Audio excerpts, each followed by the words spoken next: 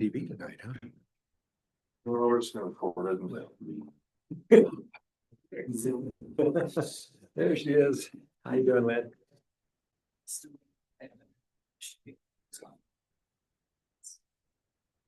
Cool.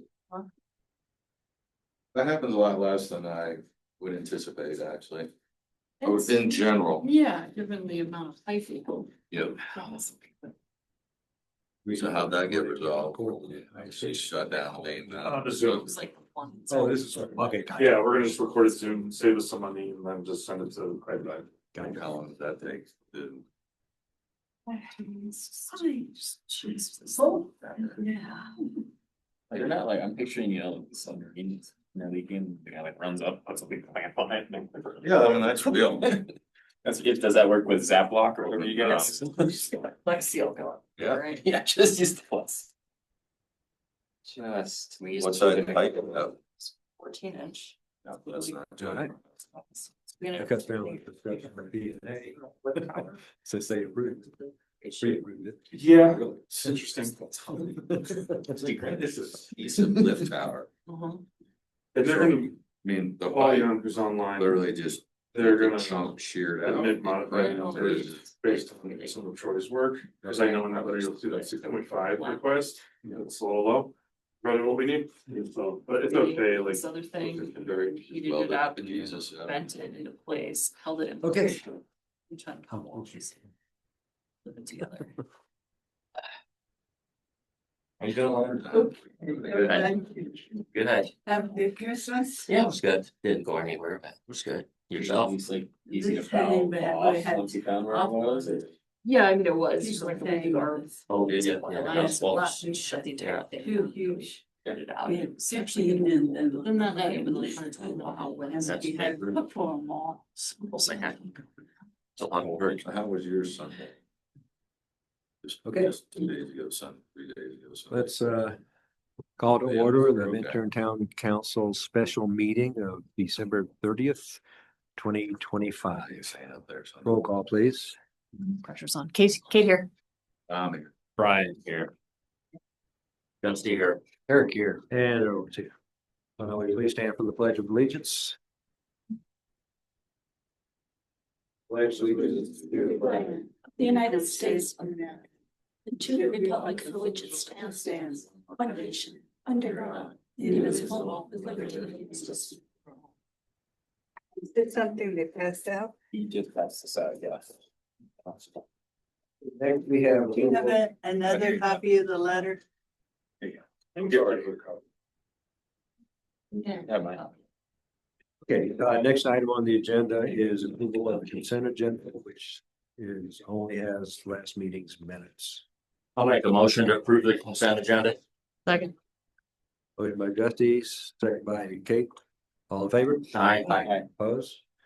Next, we have approval of the regular agenda.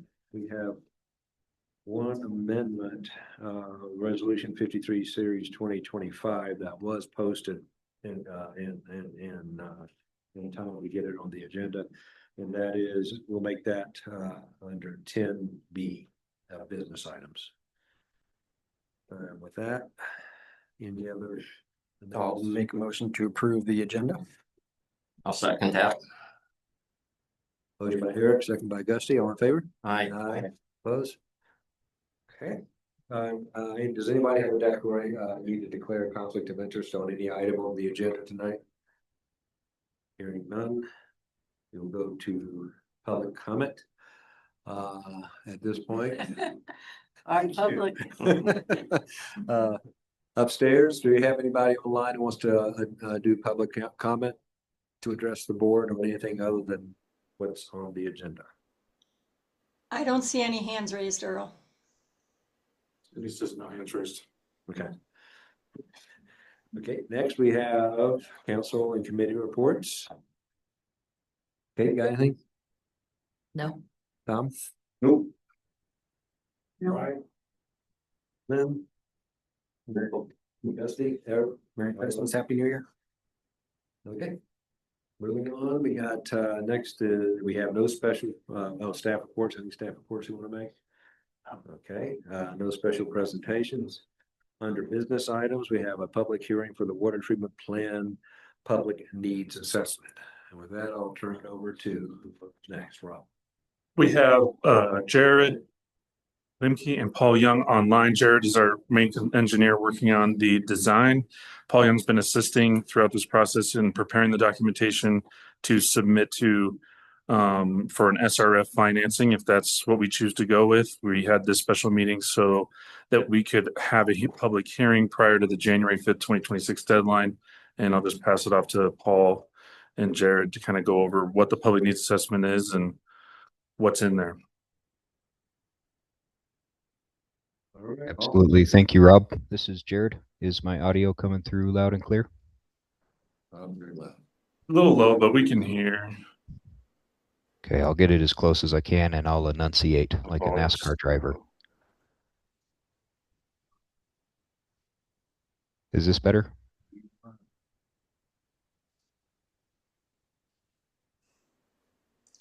Paul, can you hear me okay? Where you can. Cindy, what's the best way to turn the room volume up from the online?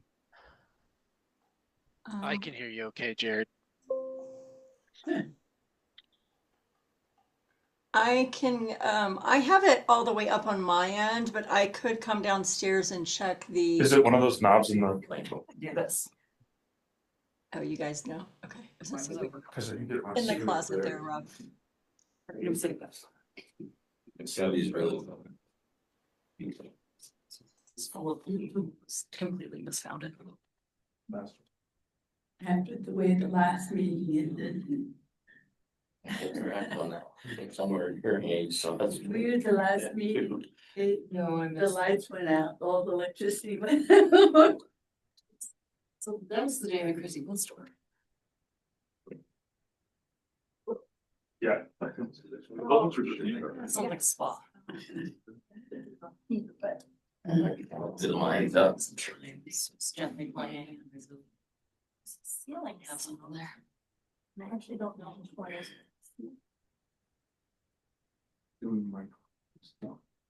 Oh, ceiling. Oh, okay, they're all, oh, there's a just, oh, okay. Those are. Zoom, Zoom is controlled. Let's just check. Let's turn it up. If that. Why don't you try one more time, Joe? How about now? Is this okay? Yeah, that's better. Thank you, Cindy. Alrighty. Well, welcome everybody to this meeting. The purpose of this meeting today is to introduce the water treatment plant in a public format officially. We put together a small agenda. It looks like screen sharing has been disabled for me. So I'm unable to share our agenda, but I can certainly narrate through it pretty well. Unless somebody has a quick fix for getting me sharing abilities. But Cindy's fixing it for you right now. okay, cool. So while that gets worked on, I'll just kind of reintroduce myself for members of the public that are there and aren't familiar with me.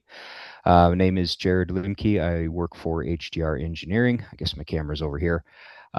We have been working with the town of Minturn on this water treatment plant design project for some time now, and we've done a lot of great work as far as pretty much uncovering almost every stone we could uncover to try and solve the issue of water supply in Minturn in the future. And here's my screen share. I see it now, so let me pull this up for everybody. Hopefully this works. So it says minutes right now, but it was agenda. And well, I can pull up the agenda. It might be a little more official, but it's the same content. So as I mentioned, this is me right here, Jared Limke with HDR Engineering. On the phone, Abby Dodge. She signed in under my link, so you'll see me twice on here, but that's her. She's been assisting our team with the design of our water plant plans. And so one thing we wanted to do was certainly introduce the project. Under this item, I wanted to talk about the need for a new water treatment plant, go over a summary of some of the work that we've completed to date, and then describe what the new water plant will look like and everything that it is going to entail. After that, we'll dive into some project funding topics. We'll talk about the anticipated project cost, anticipated rate increases, and the funding options being considered there. And then we'll also talk about available documentation that is part of that work completed to date that will be available on the town's website for public review. So with that said, back to the top of the agenda, and if there's any questions, feel free to interrupt me. Please do. Introduction to the project. So the Minturn Water Treatment Plant was originally constructed in the 1960s and has been serving the town ever since. Lately, after a sanitary survey and disinfection outreach and verification effort by CDPHE, CDPHE stands for Colorado Department of Public Health and Environment. They are the drinking water regulatory authority in Colorado. And they come out and visit water plants from time to time, assess those water plants, and write letters to the owners of those water plants noting any form of deficiencies. And one of the major significant deficiencies at the existing water plant were the outdoor filters. And this is getting into not ancient history, but several years ago history, wherein those filters were both deemed non-suitable for treatment, which greatly reduced the quality and capacity of treatment at the water plant. And so right now, the current water plant only has available to it the covered filter number 3, which is 40 foot by 80 foot sand filter, and a cartridge filter that is rated for very low flow rates and only to be used in a state of an emergency. In addition to those 2 filters at the water plant, there are 2 groundwater wells that provide water to the system. And so those are the current sources. And this leaves the town in a state of vulnerability from a resiliency standpoint and compromises the town's ability to provide high quality water long term and into the future. And so those factors coupled with basically just the age of all of the infrastructure at the existing water treatment plant. It's near the end of its useful life. We've identified several vulnerabilities, which I just spoke of. It's time for an upgrade. And so part of the work we've completed to date, evaluating that existing infrastructure. So I mentioned there's 2 filters, outdoor filters, no longer viable for treatment. 1 indoor filter struggles with treating the water out of Cross Creek during seasonal spikes that the creek experiences, mostly during the spring when biological activity is at its highest. And then the groundwater wells, they're both limited in what type of, or the quantity of flow that they can produce. And so that is basically the makeup of the existing infrastructure that the town has at the facility. There's also a new storage tank up on the hill. So that was constructed 2021, 2022-ish timeframe. So brand new in the world of drinking water infrastructure. And so when we went to evaluate these existing facilities at the plant, one of the things we wanted to take a look at was what can be reused for cost efficiency and making the project more seamless as we went through this. And so part of my description of new infrastructure is basically what's the new plant going to look like. So I'll cover that there. But we were able to propose taking advantage of the existing filter 3. So again, that's that covered filter, 40 foot by 80 foot, and turn that into a processing facility for the backwash waste, which I'll cover here in a minute. We want to reuse the existing clear well to store and neutralize clean in place waste. Again, I'll cover that here in a minute. And then convert the existing storage tank up on the hill, and this is work that's already been completed for us, converting that existing storage tank into the plant's new clear well. And that's an important component that I'll describe in the description of new infrastructure as well. So overall, pretty good use of existing infrastructure that we could still extract some life out of that, albeit in a different capacity and level of service. So like I said, the filter 3 and the existing Clearwell building, those will no longer be involved directly in the production of drinking water. They will be involved in managing waste residual streams that come out of the drinking water production process. Another thing that comprises work completed to date is process alternatives analysis. So any good responsible project, we go through and take a look at what are the alternatives available to us as we go through and design a new treatment process. And the number of treatment processes available in the drinking water market are many, but generally a handful cover probably 90% of all processes in the world, I would say. But we'll focus on Colorado and Minturn specifically. What we looked at in this process alternatives analysis, which is part of the project needs assessment, which is that available documentation down here at the bottom of this agenda, we evaluated 3 primary alternatives. The first one being rehabilitate the existing slow sand filtration process. This is very close to a do nothing alternative, but there's no option to do nothing here and just let it run its course. The existing water plant's pretty much run its course. And so this alternative, while it's close to a do nothing, it involved the rehabilitation of slow sand filters, bring them into the current state of permittable capacity. And the big component there that helped rule out this alternative as viable was, one, slow sand filtration is a bit of an antiquated process.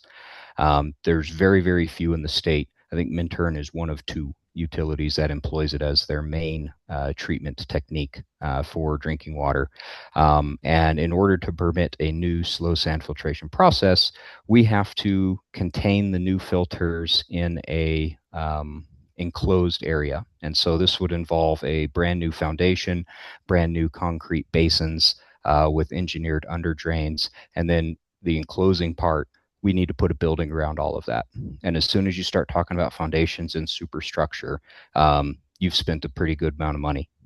And so to spend that much money and not get the value of a high quality and 21st century, I want to say best available technology for your drinking water process, that juice wasn't worth the squeeze. And so as we evaluated these alternatives, we did it collaboratively with the town of Minturn, with the Water Task Force on council, where we developed criteria that is important to Minturn for the new water process. And sorry, I don't remember them off the top of my head, but all the information will be there as an attachment to the public needs assessment. Again, it's available at this link for you.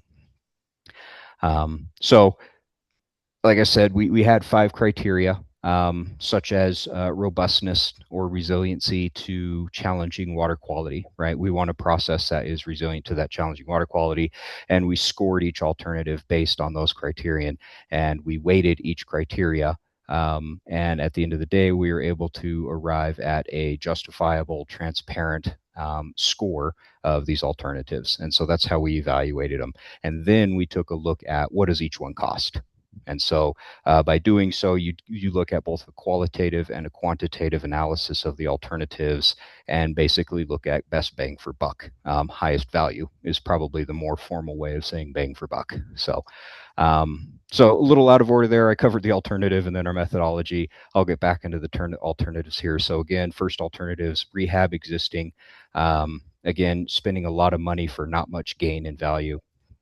The next alternative we evaluated was, what if we replaced all of the treatment facilities at the existing water treatment plant with a conventional water treatment process? And so a conventional water treatment process is just that.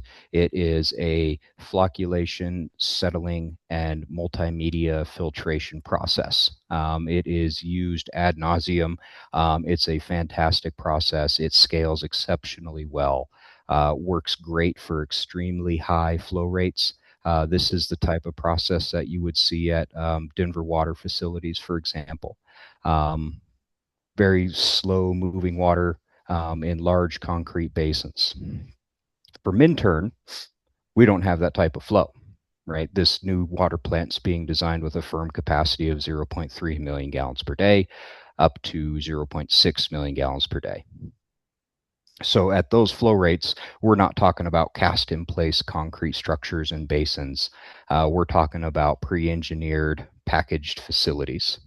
And like I said, the process works. It's a solid process. But in the alternatives analysis, what we found with going through that is it's a lot more operator intensive. As you can imagine, I wouldn't call it antiquated by any stretch, but it's certainly not as remotely operable as the third alternative, which is the membrane facility, which we ultimately arrived at. Spoiler alert. But what we noticed was the conventional process scored decently highly, but it missed the mark in a couple of the criteria. And again, I don't recall it off the top of my head. It's been a couple of years since we did this.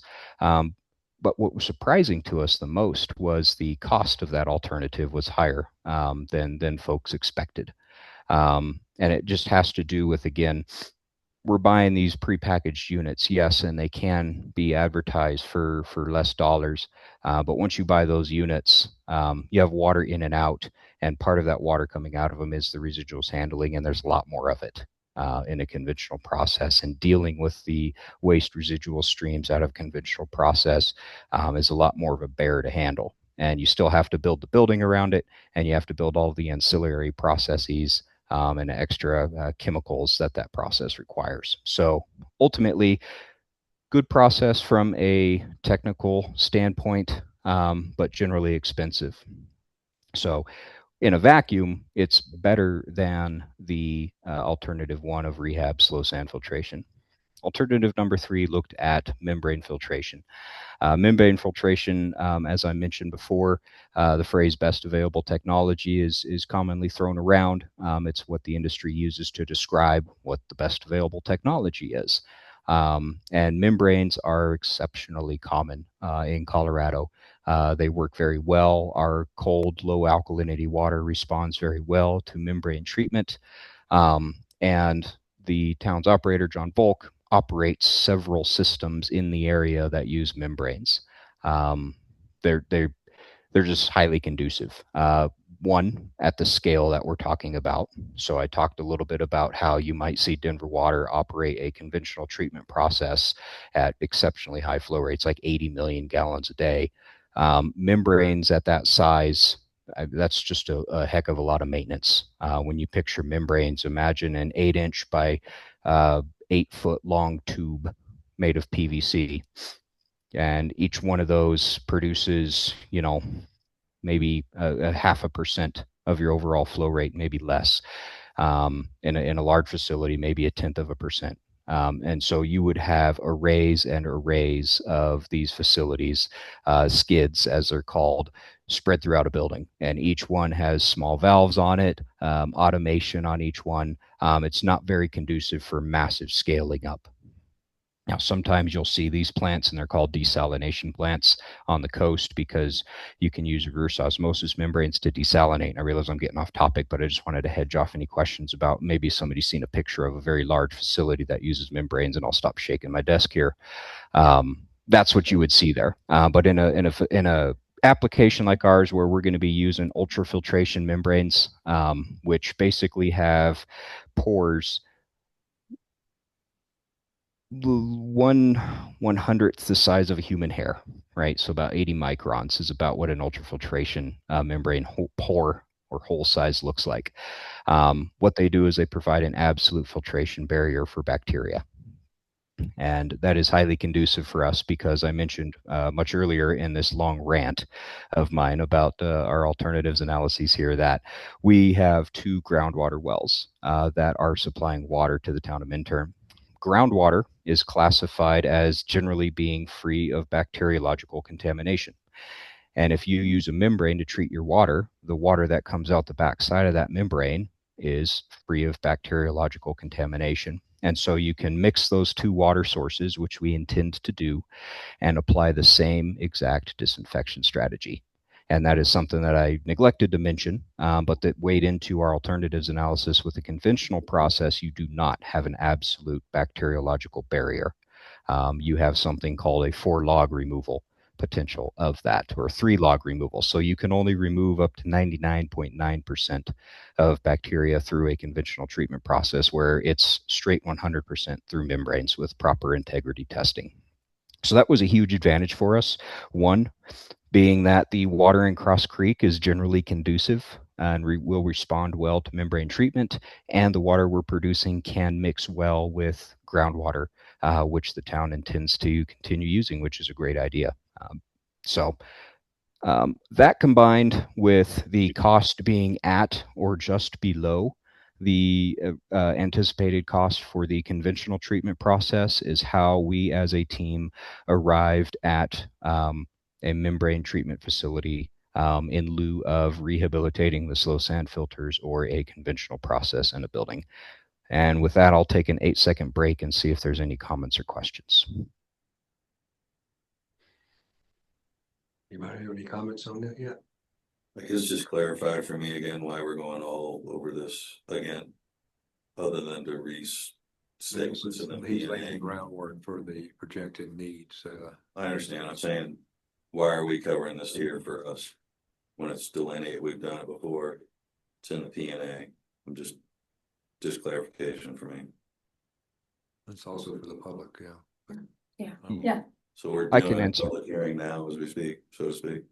Yes.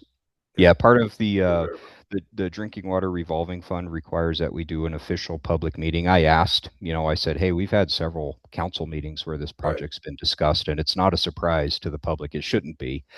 But they said you have to have an official meeting. So it's a bit of a formality, if you can just bear with us here. But that's why we're going through this, is to put the project in front of the public and cover the necessary boxes that need to be checked. Yeah, I just don't understand why the previous public hearings don't qualify in this letter. But you don't have to answer that. We can just get it done, please. Got it. Go ahead and continue, Jared. Thanks. Okay, cool. Are there any members of the public there? Yes. Awesome. Cool. Great.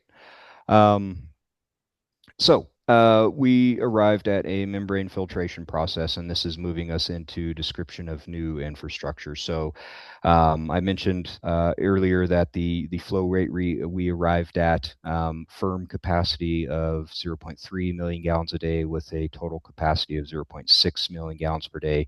These flow rates align well with Minturn's current water demand as supplied by the master meter, as well as future projections based on the build-out SFEs in the 2019 capital improvements plan.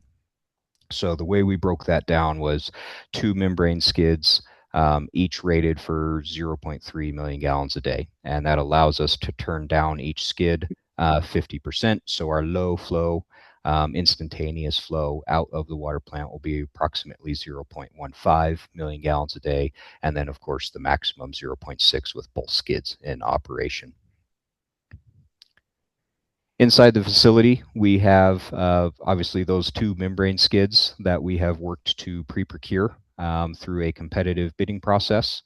The reason we do that is because each membrane supplier has their own somewhat proprietary manner of putting together these systems, and basically the pressure they require, where the water goes in, where the water comes out, where their waste streams come out, the arrangement of their tanks, et cetera, all builds into how we design the rest of the facility. And if we didn't select or pre-select a supplier through that competitive process, we would be setting ourselves up for change order 1 on day 0 of the project to basically design the plant once we get bids in, and allow a contractor to select our membrane supplier instead of the town of Minturn selecting their membrane supplier. So we went through that process. We ended up on the highest value selection again for the membrane supplier. That's Memcor. And so we have been working with them to design around what they will provide for us in our footprint of our new building. And I am working to pull up a map of that new area.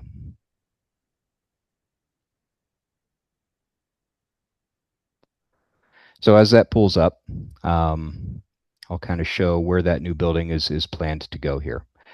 So this is, I'll zoom out a minute for those of you who are unfamiliar with it, but the new facility is going to be placed on top of the old facility. And if you're not familiar with where that is, it's south of Minturn off Tributary Trail, about a mile back west of Highway 24, paralleling Cross Creek there. So I'll kind of move right back up to here and we can take a look at the aerial imagery that we have. As you can see, I've labeled out some of the existing infrastructure we have here, the new tank from a couple of years ago, existing water treatment buildings. So the smaller one right here, that's the clear well, and the larger one right there is filter number 3. And then these existing filter ponds, those were the original construction in 1963, 1 and 2, or 1 and 2. Those are, for lack of a better word, defunct, no longer in use. And so what that provides for us is a great place to build a new facility, which I've outlined here in blue. So the new building will be approximately this footprint on top of the existing filter basins, of course, after we fill them in with approved structural fill and can place a building on top of them. So inside that building, we'll have our treatment process consisting of reaction tanks to help us manage challenging water in the springtime when we have high TOCs. Through our filters, we are storing the necessary chemicals for the process on the west side of the building, and then administrative and electrical infrastructure on the east side of the building. Not shown on this plan will be a myriad of improvements to the yard piping. So that's the piping interconnecting the new building with the existing facilities that we plan to reuse, and the new or the existing water tank there. So from the public's perspective, not much is going to change. We're not anticipating we'll be improving water quality, but Minturn already has a pretty high quality water. Overall, you know, it'll be a new building back in the forest on the existing site. Our limits of disturbance, this is a map created for our agency outreach, so they wanted us to define our limits of disturbance here in red, but that's basically what that is. So where the construction fence will be when the job is underway. We have some shaded regions on here identifying areas of noxious weeds. So we had an environmental scientist go out and map wetlands and areas of noxious weeds. And basically anytime they see a thistle, they let us know. And they could come to my yard and I'd be painted pink. Wetlands are in green here. And it's important for us to not disturb those wetlands. And so it's very deliberate that our limits of disturbance do not extend into those wetlands. Keeps us away from a very onerous permitting process and the requirement to mitigate those wetlands, which means basically build new wetlands elsewhere, but nearby to basically compensate for the wetlands you've destroyed as part of your construction project. So we're avoiding that. Luckily, it does help that we're building on top of the existing filters, which is an enclosed area already dedicated to process and is generally free of all environmental resources here. Any questions about agenda item number 1, which would be, I guess I can pull it back up since I'm having a good time remembering it. So we covered the need for a new water treatment plant. We covered some of the work we've completed to date, and then provided a description of our new water treatment plant.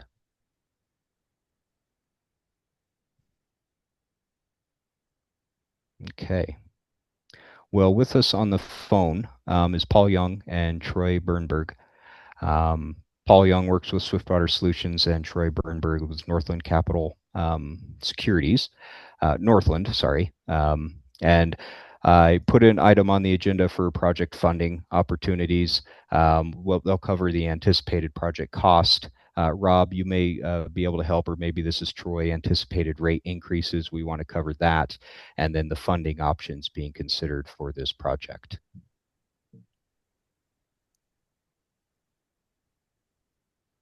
Well, I guess from the most recent numbers, as far as rate impact that Troy ran for us, and Troy, correct me if I'm wrong, on a CW, our DPA leveraged loan, the monthly impact we're looking at in 2026 was $85.79 per SFE. Most single family homes in the community are one SFE. We have some that are two, so it'd be 85.79 times two. Businesses and others that have higher SFE calculations. I know some of the restaurants have 4 to 5 SFEs. You times that number by that, 85.79. It's $428.95 of debt service on their monthly bill.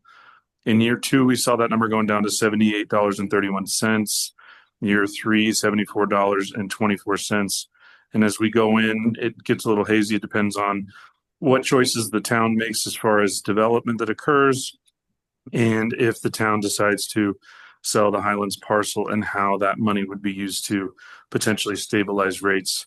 All that is, still a bit in flux and in play, but these rate impact from our most recent numbers are pretty accurate when we're considering the cash that we have on hand, the interest rates we think that are available. Any corrections to that, Troy? None. Well said, Rob. Questions, council? Troy, I have a question for you. Is there any data out there that establishes the cost of imported, let's use steel as an example, imported steel versus American steel? That's part of the things we're thinking through as far as whether we go with SRF or direct loan.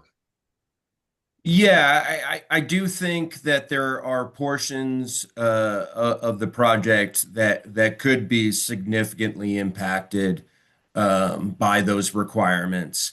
I did do research. I believe that was the mayor that asked that. I did do research, Mayor, on those costs and somewhat extensively, and I came up with somewhat of a, I would say, conservative 8% increase in cost based on a range of as low as 6 as high as 12. And that's kind of an aggregate, right?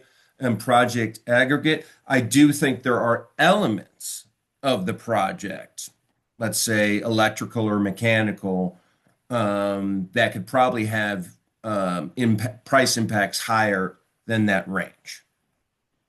Is that domestic product or is yeah, that would be roughly the average cost difference between, yes, American steel, American products, and your other options, right? When you don't go through the Power Development Authority, you have other options to import steel from other countries other than America, whereas with the Power Development Authority, you would be required to buy America.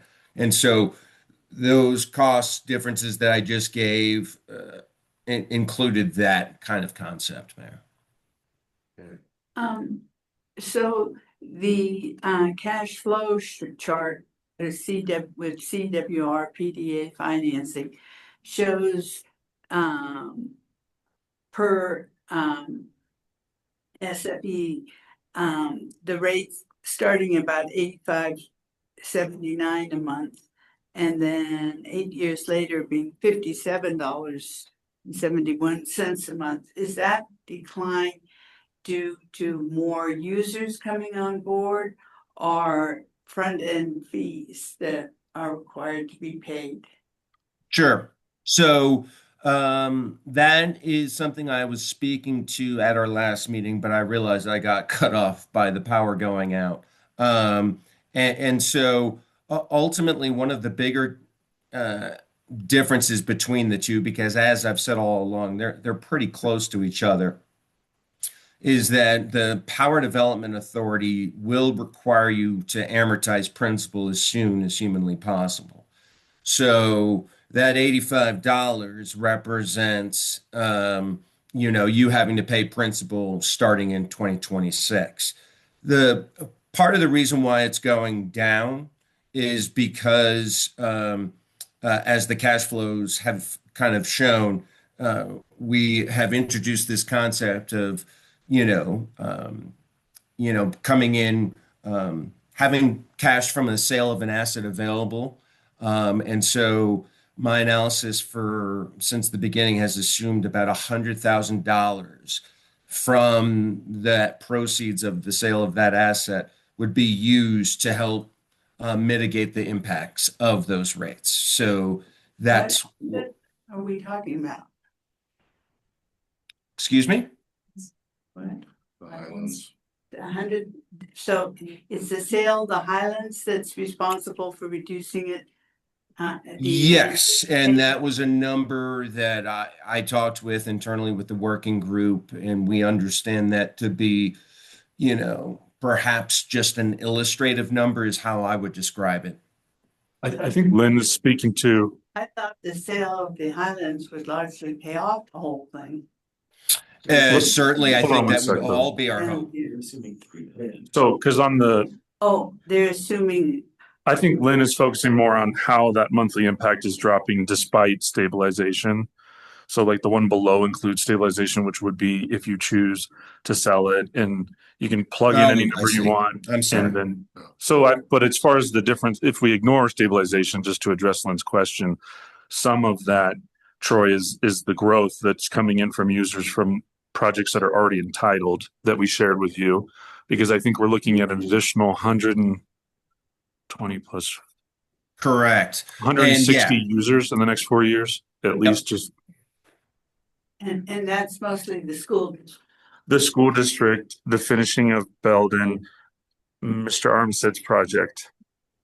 So, and then there's a few more on Midturn North that would come in 26. Question, Troy, sorry I didn't get to ask you this last time because we lost power.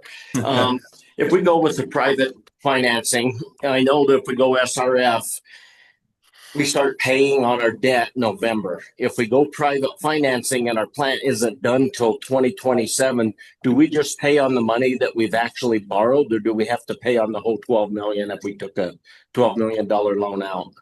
I'm hoping to talk to you about this on the next agenda item, but I'm looking to give you a very specific answer to that question in the coming weeks. Ultimately, what that depends on and what a direct lending solicitation would look like is it would ask the responding banks, hey, would you offer what is called a draw feature? So that means you're only paying interest on what you draw from that fund, that project fund. And so I would certainly ask for that option on your behalf because that provides cost savings and some flexibility. They may not offer that. And so in that instance, you would be paying interest on the full 12 million in this illustration. So when you say they may not offer that, is that true both of the private and public financing options? So yeah, the Power Development Authority, I believe that's a lump sum,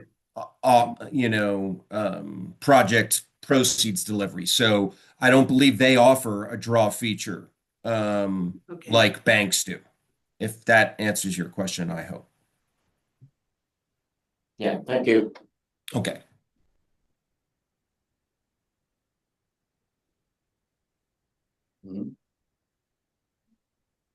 Jared, back to you. Let me just break off. I think we will have public comment, right? Or do you want to just see the quick? Not just as if you have a question. For comment, we don't want to break the integrity of the meeting. We'll wait till public. Oh, well, okay, that's fine. Okay, any other questions? Get Jared going again. Hey, Jared. Okay. So we're on to funding options for the project, and I've listed two here. So the Drinking Water Revolving Fund and the Power Development Authority.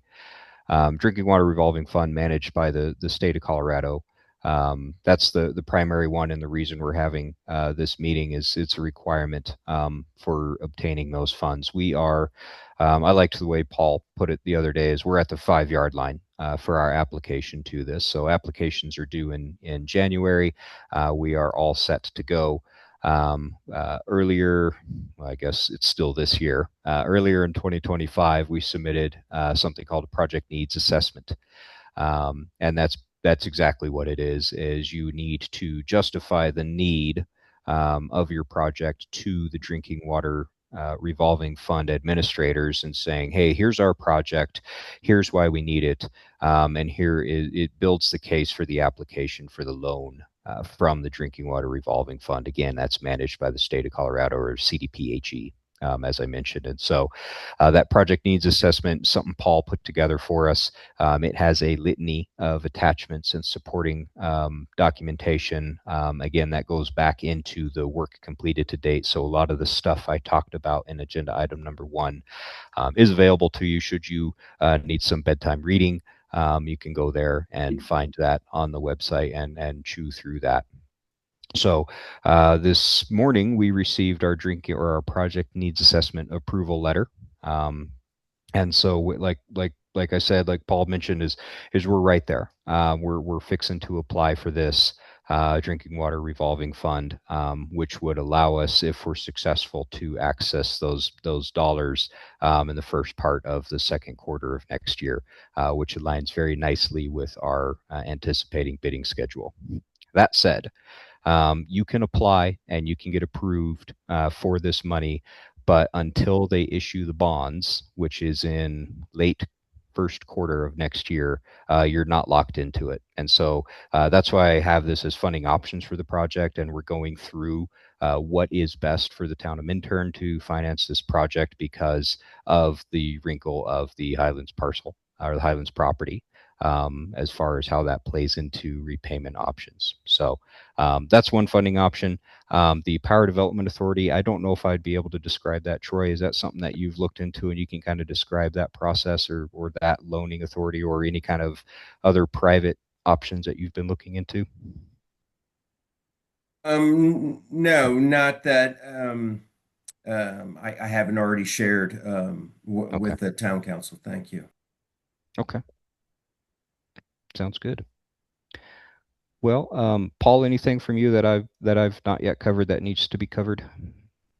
Yeah, I think one point of clarification is that under funding options, I think there's a little bit of an obscurity there. The Drinking Water Revolving Fund is managed by 3 agencies, one of which is the Colorado Water Resources and Power Development Authority. It also includes the Department of Local Affairs, DOLA, and the Colorado Department of Public Health and Environment, CDPHE. Those 3 agencies encompass the Drinking Water Revolving Fund. The secondary funding option would be private financing, which we've kind of talked about both of those one and the same, but I just wanted to make that point of clarification. Okay, sounds good. I've Thank you. updated our minutes. Appreciate that. Certainly. I've exposed myself as not a financing guy. Okay. So that about wraps up our project funding component of our agenda here, and then I'll wrap this up really short and sweet with available documentation. I've mentioned it several times because I need to, that the project needs assessment is available on the town's website for your perusal. And then also we will have a draft environmental assessment, which is part of the project needs assessment and part of the revolving fund application process. The environmental assessment encompasses many, many things, and it's something that we are putting together for this project. So environmental assessment, I said it encompasses many things, and I'm going to list them now. So the first one, in no particular order really, are biological resources. And so examples of those will include threatened and endangered species and wetlands delineations. And so we already looked at that map, which I can pull back up here. When I said we had environmental scientists go out there, they did this a couple of years ago, and people trained in the identification of wetlands went out, walked the site, looked at our areas of impact, and mapped where they identified wetlands. And that's how these green shaded areas came to be. They also looked for areas of or habitats suitable or evidence of threatened and endangered species. And you can also do a desktop search on U.S. Fish and Wildlife website for these species. They basically database them and they assign them areas, and you can look at what T&E or threatened and endangered species exist in your area, and if there's any critical habitats listed.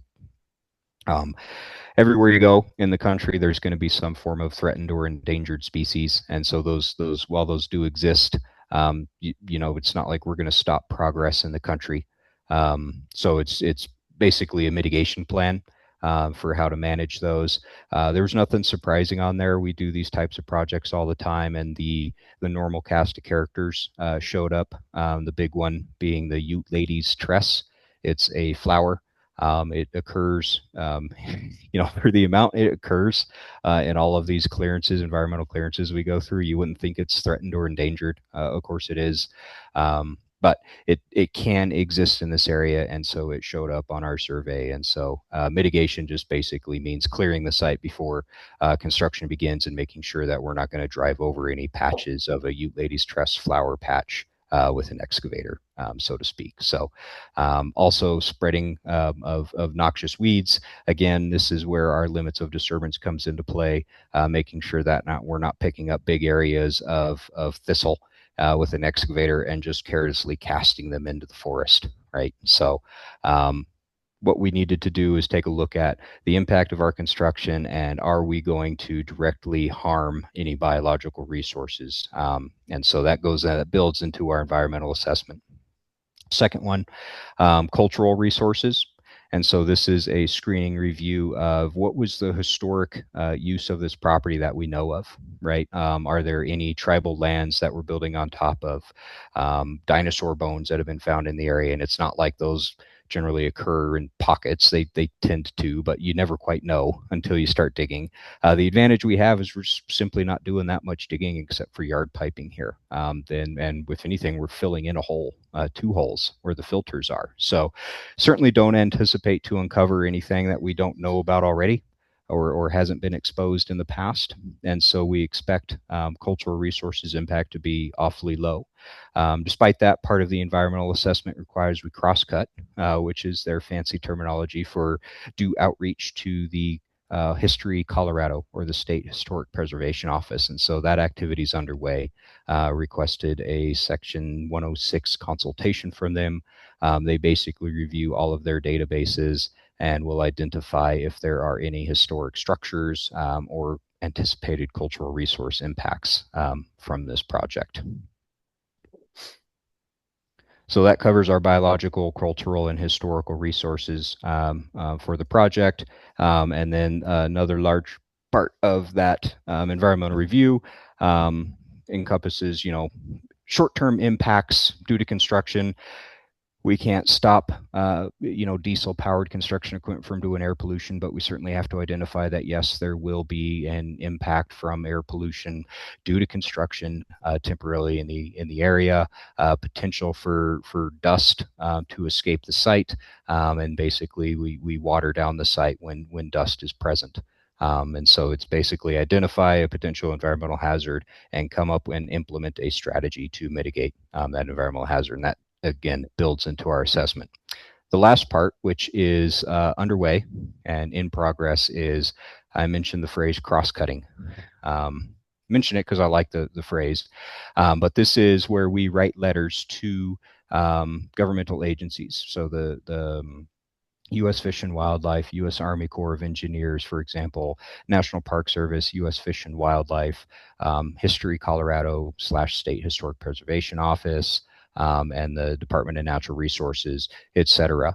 Agencies like that. We write letters to them explaining, introducing our project and requesting any comments they have about the impact of this project on any aspects and components of their jurisdiction within our area of potential effect, which again is that area outlined in red here on the screen. So this map accompanied those letters. And so we expect to hear back by the end of January on whether those agencies will have any comments for us to implement. So that basically builds our environmental assessment. Once we get that underway, that's just another step to take in the acquisition of state revolving funds.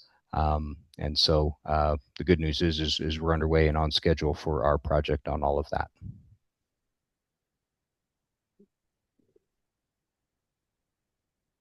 So Okay, I'll so, push us back to our agenda here.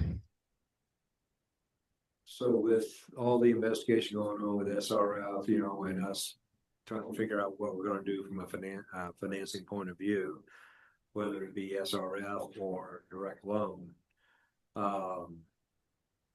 We would still need all the information you're gathering, and proving, for SRF would still be needed anyway if we did a direct loan. Is that correct? Not necessarily to my knowledge. The environmental assessment and then all of the agency outreach we're doing and the applications and this meeting is, to my knowledge, not required for a direct loan. Yes, correct. Any other questions at this point? A couple of comments on the assessment needs report. I think you might know this, Cindy might let you know. Michelle's listed on there as a contact. We should get probably you on there in place of that. And then on page 4, I have a problem where it says health and compliance, says struggles to meet regulatory water quality limits. It makes it sound like we're not doing what we're supposed to do. Technically, we only have a couple weeks during the year that we have humidity, and that's when we switch over to the wells. That's the only time that we're having trouble with our plant meeting that. I just have a problem if somebody reads that, there's no, we're not getting good water quality, and that's not the case. We make sure we have, you know, high standards with water quality, and reading this, it doesn't sound like that. It sounds like we have an issue with it. And the reality is that even with the new membrane plant, we're going to have. Yeah, the turbidity. We'll have turbidity in the spring and have to switch over to our wells. So that won't change.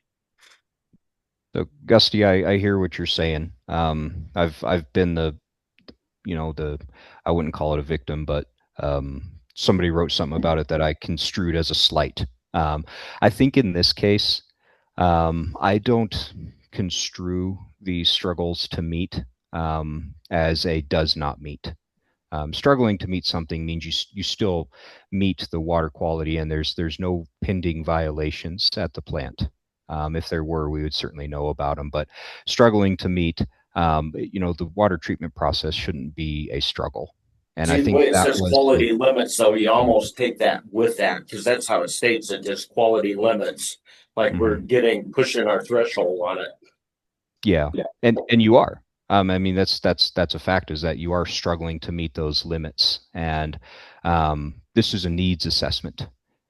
And so we needed to demonstrate a need for this project, and that's part of that. And so I hear what you're saying, but I didn't find it to be as I wouldn't say, you didn't say derogatory, but as derogatory towards Minturn, because I think everybody knows that the plant, it does struggle to meet water quality regulations. John Volk would say it, but there is no pending violations. John's done a great job operating that facility. So in my mind, a filter shouldn't struggle to meet water quality limits. It should be able to do it with room to spare as far as water quality, right? So for an example of that. Wait a minute. Because until we have package technology, we're still going to not be able to not use our wells during the springtime, because even the new membrane won't be able to handle the turbidity. I mean, so it might have an easier. We might use less well water or something, but we're still going to have to use the well water, correct? Correct, and that's part of the plan. Is the wells are a massive benefit to the town that they exist, and we incorporated them into the new treatment process as an option. Right. So we shouldn't be misleading on that.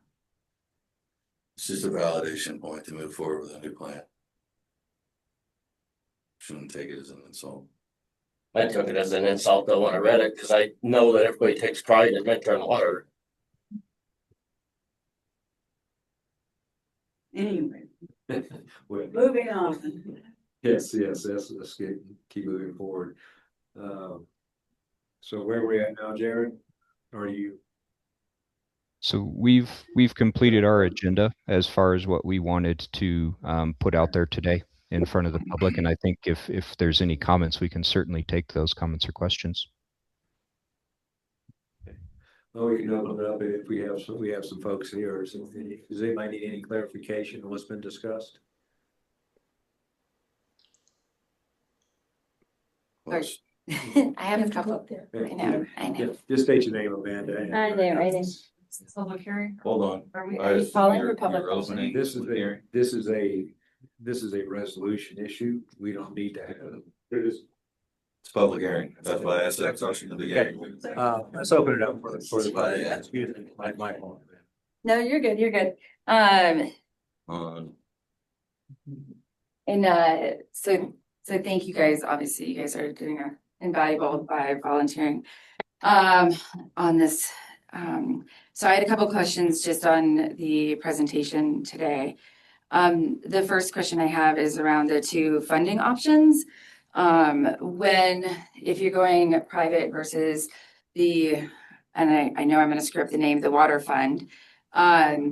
During construction, if you're going with the water fund in those three different agencies, do they do incremental checks on the construction, making sure that things are going smoothly? And would that slow the, construction projects along if the agencies are involved, if you go with that funding model throughout for the project? I guess I Would can you like- start on that. and then Would you guys like can us pick to up. address that? Well, I guess I can start and say that, the agencies don't inspect the work to my knowledge, but there's reporting requirements that we would have if we go with SRF, and those reporting requirements can be pretty heavy. The town would probably have to contract with somebody to be involved in that reporting of, are we complying with the terms of the state and the federal government for having that kind of loan, including the materials, work practices, wages. So it kind of focuses on are you holding to the commitments of the financing, not so much to the how it's being built, the quality of construction. That would be on the contractor in the town. Would the agency involvement slow the project down, or would it still have the same timeline? It could, and it's interesting. And then I know Paul has a comment. One of the things that we've been talking about is we wouldn't know that we received SRF funding until April, May. And so if for some reason the weather holds as warm as it has been, if we go with private, we could probably start faster and move quicker. And I think the contractors that you will get will be a little bit of a different spread if you go with private versus SRF. So there's definitely project impacts. It's hard to quantify, but Troy kind of spoke to the cost of materials that we would expect. I think we forecast anywhere between 6-8% and up to 15-16% inflation on those materials. But I think there's also the administrative load, which Paul talked about in the last time we had a meeting on this, a staff meeting. But I'll let Paul speak to his experience with SRF. Yeah, thanks, Rob. The delays that you may experience are not necessarily on inspections. It's to what Rob was discussing. It's more on the administrative task and the compliance aspect of complying with the federal requirements of construction, such as sourcing products and equipment that are domestically manufactured and made versus having the ability to secure equipment and materials that are non-domestic. And when contractors bid their hard bids to do this work, they're going to factor that in. And the lead times on some of those can certainly impact the construction sequencing that needs to happen as the entire project is constructed. And that's where the delays may come into play. As far as inspections are concerned, to Rob's point, there really are no construction inspection requirements that the state requires other than administrative, so paperwork inspections. However, the state will do a final inspection with the state senior review engineer from CDPHE in order to ensure that the final plans and specifications that were submitted at the beginning of the project, which HDR Jared is about ready to submit to the state. That they were followed and it was constructed in accordance with those plans and specifications. Okay, thank you for that. So then my next question has to do, and I think if it's like our meetings, I only have like 5 minutes. So my next question. Let me just, and you're in banking, right? You're a banker. I am a banker, so I think we're lots very, to do. I'm very interested in your questions, even if they take longer than 5 minutes. Well, I do risk and compliance for banks, so very different niche than this. But on the rate increases, and I apologize, like I have not gone into the details on some of this stuff.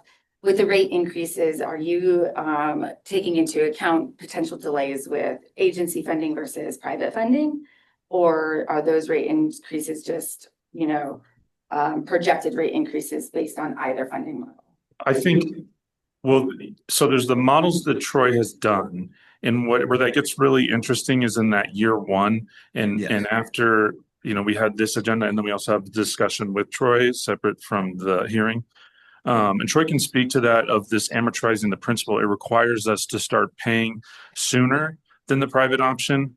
In that creates more of a rate impact quicker. So I think we would have to look at raising rates before the end of 26 to come up with those costs. Whereas with private, we could have more flexibility and potentially not have to pay increased rates not until 27.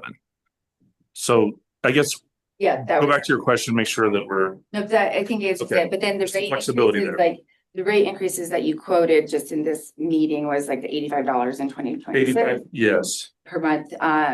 And those sounded like they were already pretty much like in the model for rate increases, not taking into account potential sale of Highlands. Those are set ones, any potential of the. Yeah, and I would Highlands- take this paper with you. This is what's been in the meetings. And you can because you can see those two bottom columns. We've separated it out.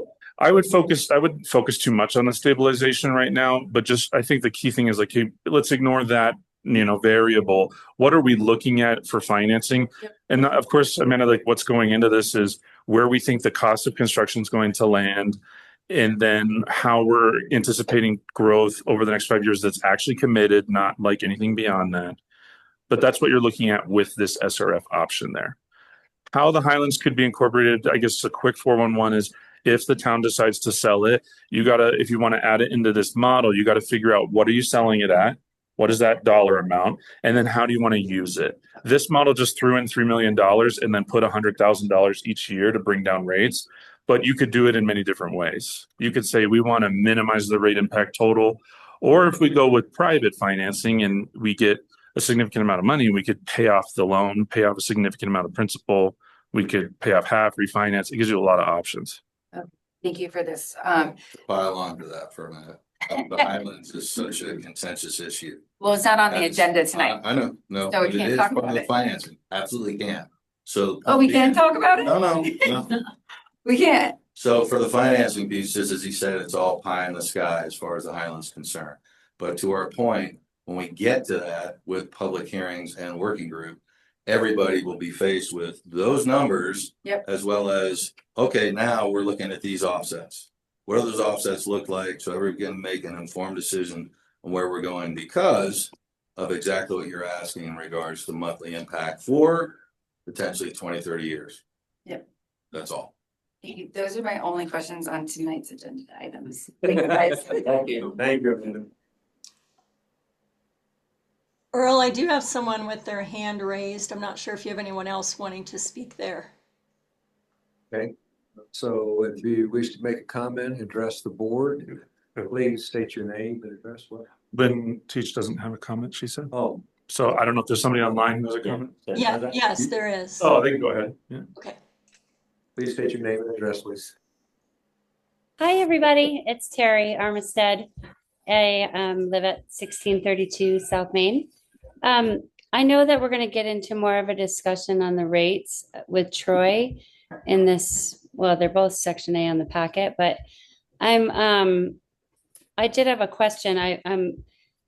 It didn't come up on the screen, so I'm following along with the packet, and I believe that the charts you're referring to Rob, are the town of Minturn planning and management bank loan cash flows, and then the town of Minturn with the leverage loan. Is that Yeah, correct? those two tabs. Yes. Following on. And then I have, I mean, I know we're going to get more into this, but the monthly impact, that's 40, like, let's say for the direct lending, that's $40.80 over that's on top of the monthly that I already pay, which is one. Yeah, right now I think on your bill you pay 17, I think it's $17.80 approximately for debt service on a also SRF loan that we have for the water tank that was constructed recently. Yes, okay, that was one of my other questions. I think it's 19.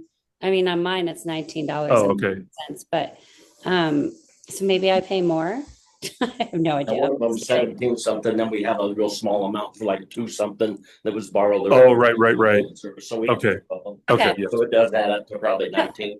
So that's for the water tank. When does that debt service, is that, I'm not seeing it on these charts, but when does that debt service run its course? Like at 20 years. It's like 20 years. It's really long. I'd have to look that up and get back to you. And we're locked into that too. Okay, so these are all on top of, so that number, let's say on the direct lending, 4080 is on top of the 1911. Yes. And then For SFE. and then the residential rate charge, water service. Does that, Yes. like, I don't see that. Maybe you're going to get into that more, but I'm not seeing that on these charts. Like the full breakout. Yeah, like what we pay, I guess it's, so I pay 1911 the debt service, and then I have a water use rate, which I had yeah, so that's what we all pay. And then there's a residential rate water service charge. Mhm. That's mine is 128.45. Our water structure for residential customers is very heavy fixed fee. It's like you pay a lot no matter how much you use, just because we have like high fixed costs. Okay. But we can work into this, giving people more because if you look at this, I guess, and you're just thinking about your bill, it's like what? But I guess going forward, we should kind of model this better for a typical residential customer and showing how it's in addition and how it would be applied. Yeah, I think that's, I'm trying to follow along. So Yeah, I get what you're I can saying. see real consequence. It just gets, I guess the one thing we got to be careful and like disclose is like not everybody's going to have the same type of bill based on the SFEs given per household or property. And they're going to have to calculate that correctly, because if they think they have one and then they actually have two, then they're going to be surprised. Yeah, I mean, I think our new system, is pretty easy to follow along, and I just think everybody should be able to follow along what their impact's going to be. Sorry, the dogs are barking. No And then I just want Jeff to barking say, in the background. I just want to say on the needs assessment, I just could not agree more. Jared, I've just sat through a lot of these meetings with you, and I think we're more than ready to upgrade to a membrane treatment plant. I'm glad to hear that we're going to take into account any wildlife and fauna that's over there, and obviously I will be paying closer attention to any Highlands parcel conversations, but for now, I'll just look forward. I don't have anything else to add. I just had a clarification. I'm sure I'll get more with Troy's talk. So thank you. I appreciate you chiming in. We look forward to hearing more from you. Well, I appreciate all you guys. Thanks for being there, doing the hard work. I'm at home. My husband's cooking me dinner, so I'm like, I really respect you guys for doing what you're doing. Right. Okay. Cindy, is there anyone else out there yet? No one else with their hand raised. Okay. So I think we've got the DNA done. So the next item on the agenda, Jared or Paul, do you have anything else to add to this process before we vote on the resolution? No, thank you. I appreciate the time. I do want to just make sure that we cover the concluding part of the environmental assessment. That would be the issuance of a finding of no significant impact, or a FONSI. I don't know if that was mentioned. I apologize if it's a duplication, but at the end of the comment period, the state will actually issue that FONSI from the Department of Public Health and Environment. Thanks, Paul. That's all I had to add. Okay, thank you, Paul. Yep. Okay, so next item on the agenda here is resolution 53 series 2025. I guess I can close public hearing. Okay, resolution 53 series 2025, a resolution accepting the project needs assessment for water treatment facilities. So moved. Second. Motion by Kate, second by Lynn. All in favor? Aye. Aye. Opposed?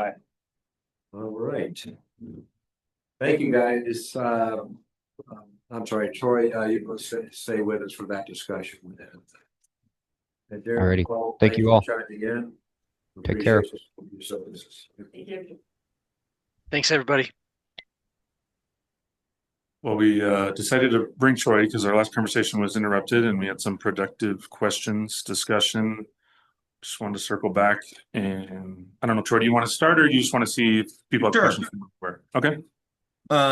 Yeah, I think at risk of repeating myself, I think I've gone through a lot of the analysis. The big update last time, which we've talked about, is that possibility of delaying principal with the direct lending option.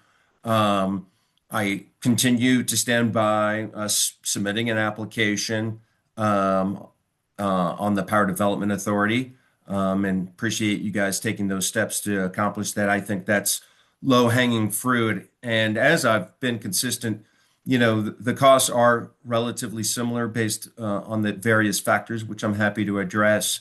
I think the only update that I would have for you that's different from when we last spoke and got cut off is that I'll probably be exploring the direct lending option in January rather than kind of later in the first quarter. I think ultimately I'd like to see what that option provides us sooner rather than later. I think based on initial conversations, we were thinking maybe we make a final decision in March. I think we're moving up that timeline to be considerate for the bidding process with contractors. I do think it makes sense for us to have a final decision before that goes out, so that we can take most advantage of whichever option we go with. So with that, I'm happy to address any questions or comments.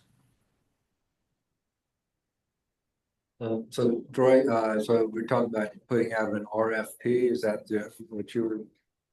Yes, sir. So there would be a solicitation document that I'll be drafting post haste. I'm also working on a timeline that we'll share with you hopefully soon.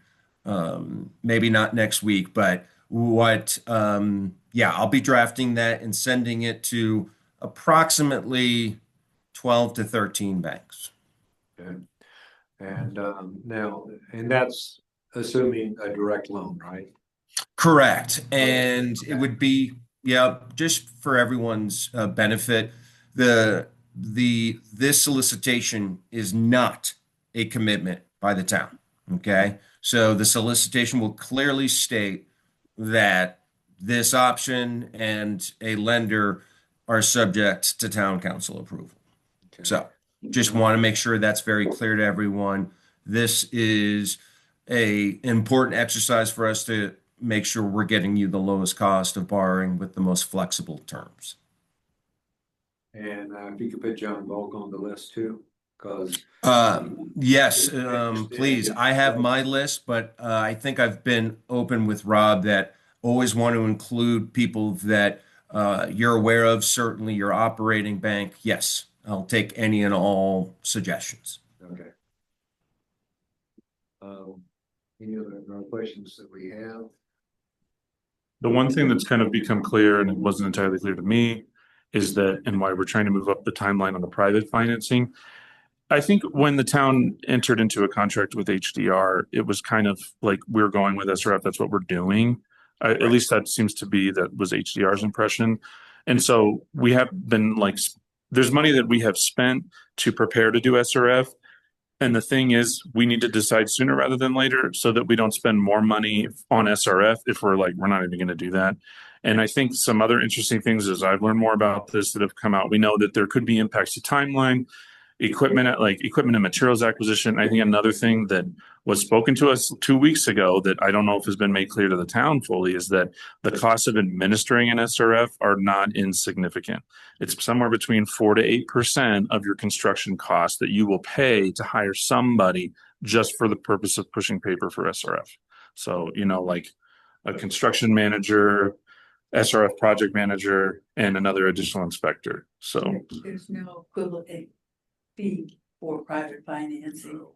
no, because so it's like we're gonna have to have people out there verifying that the people are being paid the wages according to the SRF financing, that the materials are compliant. Like one of the things I hear people do is like they try to go, hey, can we sub in this pump? And then they got to get into the specs and go, well, how much of this pump's American and how much of it came here? And so there is that additional burden on the town that I don't know if was made totally clear. We went through that on the tank. We had to hire SGM on. It was like 80,000 just to have them kind of administer it. Yeah. All they did. Yeah. That a while back, and it's still hot. Yeah, it's probably gone up double that. So Yeah. Well, based on all that and the other items we talked about before in regards to the pros and cons of the two options, plus all this other SR required specs, can we not accelerate the decisional timeline? So just as you said, we're not wasting time and money on an effort that we clearly are not in favor of. I think Troy's been moving as quickly as possible. One thing we've realized is if we want to do this, we need to get bond counsel. Correct. Troy got a list of counsel to reach out with. He's been working with Mike Sawyer, the town attorney, on some of those people that Mike's worked with before. So I think we're going to work as quickly as possible so that we have this for you to make a decision. Do you have any input on that, Troy, as far as timeline? Yes. And I appreciate the question. Yeah, there certainly are a lot of signs pointing towards the direct lending, and I think that's part of the impetus I'm feeling on everyone's behalf, including the well-made points by Rob that he just made.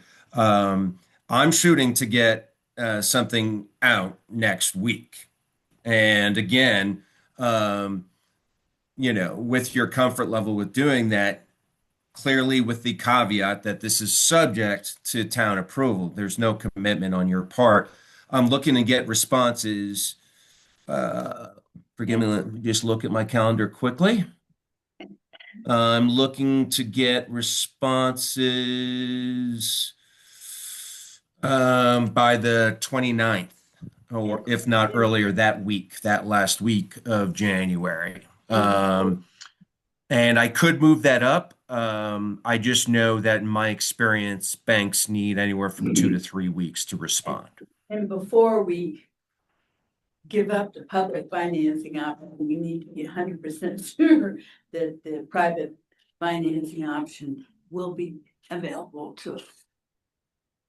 Right. Yeah. As we, on the terms we anticipate. Yes, absolutely. I think what the next steps. that's Oh, I'm sorry. Oh, I don't disagree with that at all. He's answering the question, which is we're gonna have answers back by the end of the month. So arguably the first meeting in February, we're gonna have Correct. both options sitting there and then we make a decision. Well, yeah, we'll submit on the 5th for the SRF, but we're not going to hear anything for at least 2 or 3 months, Troy.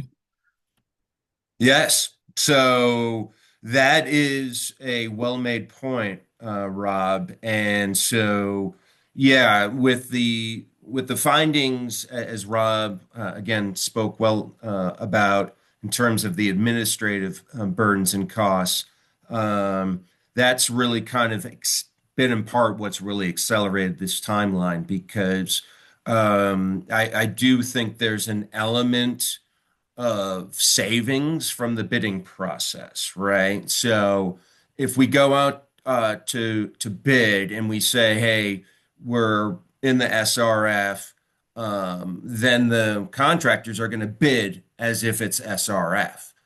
Whereas I think I'm hoping that the solicitation process is compelling enough to tell us, hey, let's bid this out as non-SRF. And, if we have to change it later, maybe we could. Because ultimately, Rob's point is well made. We won't know until like April, Mayish is when what their website has told. So yeah, for me that I think we're forced to make a decision now basically in a month rather than maybe a little farther down the road because I think, I'd rather us know for really well where we're going in a month so that we can bid it out the way we think we're going to finance it. I agree with you as far as saying that we'll go direct loan with your RFP. So, cause SRF can't be decided till later, and if it looks good to us, we'll move forward, I think. Does that sound okay with you? One thing I want to make sure we don't do is do like we did with the water tank. We did that so dang quick. Our funds weren't even available that we need to do it at a pace that works. We don't want to just jump in and say, I want to have it done next week. I want to have all these bids in, and then it comes back and bites us because we're in a rush. One thing to I clarify appreciate the too is comment. the HDR is doing the bid solicitation for construction. And so where we can save some money right now is if the council feels comfortable saying, tell HDR, don't keep working on preparing an SRF bid right now. So don't waste those contract hours. We're going to look at this private financing option. And if for some reason in February, you're like, let's go with SRF, then we can pay HDR. It just may delay the bid. But if you're comfortable with that, I'm like, let's save the dollars. And I would say it makes more sense doing that way because if you don't go SRF, we're just wasting the money, doing the footwork and the legwork. That's right. Yeah. Perfect. It doesn't shut the doors. Now, we still got to talk on the SRFC about the debt forgiveness. Is that correct with that, Sean Oliver? Well, in that letter, it says we're not eligible. Even with the small amount of ratepayers we have then, huh? That's what they're saying. We do have a meeting with them on the 7th, a staff meeting with Sean from CDPHE. There is a grant out there for emerging contaminants. And based on the language, we may be eligible if you consider rate impacts. But I was going to talk to Sean and be like, is this really possible? Because if it is, we'll look at it. But it could be several $1 million. Now, how about like congressional spending? Is there any money available on that, like going through to the goose on like what we did with the water tank? I think we could, I guess we could ask. I don't know if the timeline would line up, but I guess we could ask. I think the 3 million was due to go to our accounts in next month. Right? Well, this is, So I guess this it's is additional. I was thinking about applying for additional because Joe, when he was up there at a water tank, he said we wouldn't qualify the first year, but he said that if you skip a year, you're probably going to be in the pipeline then. And so I just thought it'd be worth, we're going on our second year now if we've gotten 3 million from them, if we could even get another 1 million, it would help. Just trying to think of every source that's out there. drain the bucket, No shortage of investigation that way. No. Okay. Anything else for Troy? Hearing none. Go have a beer, Troy. I'm going to go take my wife out to her birthday dinner. You guys have a wonderful. Have a good dinner. Thank you so much. Thank you, and have a wonderful new year, y'all. All right. You too. Thank you. All right. Take care. Bye-bye. So let's see, what else do we have? Anybody have any future agenda items they want to put on the list? That. Oh, yeah. We will work to the first meeting in February. Be decisive, hopefully at that point. I think we'll be able to do that. All right. So with that, there's only one thing left. Second. Motion to adjourn by several people. We have a second. Yeah, Tom seconded it. Second by several. All in favor? Aye. Opposed. Thank you. Okay, you, that went too bad. I still,